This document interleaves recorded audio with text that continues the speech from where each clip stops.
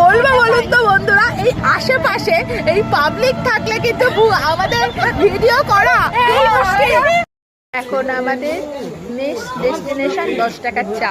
দেখি এবার 10 টাকার চাটা খাই।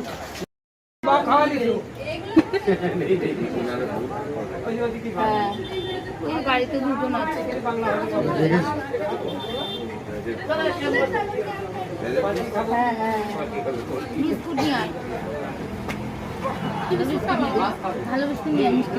কি হলো?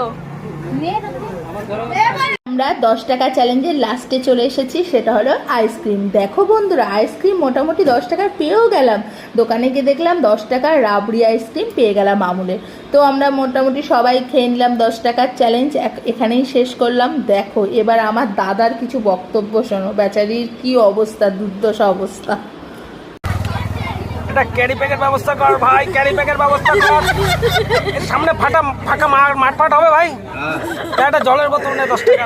বাবা এত জোরে নিম্নচাপ পেয়ে গেছে।